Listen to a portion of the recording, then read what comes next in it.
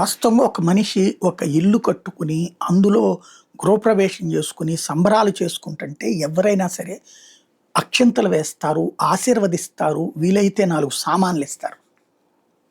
అది ఇప్పుడు ఈ ప్రభుత్వం ఇచ్చింది. నిన్న స్వీట్లిచ్చింది, అన్నీ చేశారు. 5,00,000 ఏది నిన్న 2,00,000, 3,00,000 ఇళ్ళకు సంబంధించి.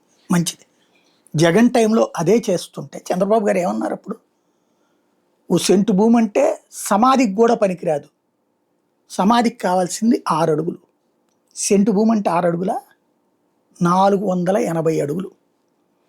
అదే పల్లెటూళ్ళల్లో 72 గజాలు, పట్టణాల్లో సెంటు, పల్లెల్లో సెంటున్నారు. కేంద్ర ప్రభుత్వం ఫిక్స్ చేసినటువంటి.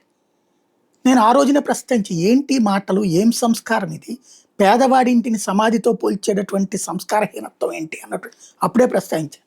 పోనీ మీరు కట్టించిన టిట్కో ఇళ్ళు ఎంత అని కూడా అడిగినప్పుడు, ఇప్పుడు టిట్కో ఇళ్ళు నిన్న 1,00,000 ఇచ్చారు కదా, అవి కనీసం సెంటన్నా ఉన్నాయా? 330 గజాలు, 380 గజాలు, 420 గజాలు. ఏది అడుగులు, గజాలు కాదు, అడుగులు. చక్కగా కొత్తగా గృహప్రవేశం చేసిన వాళ్ళందరికీ అభినందనలు. బట్ ఇట్లాంటి మాటలు ఇంకోసారి సంస్కారహీనమైన మాటలు మాట్లాడకుండా చూసుకోవాల్సిన బాధ్యత అధినేత మీద ఉంది.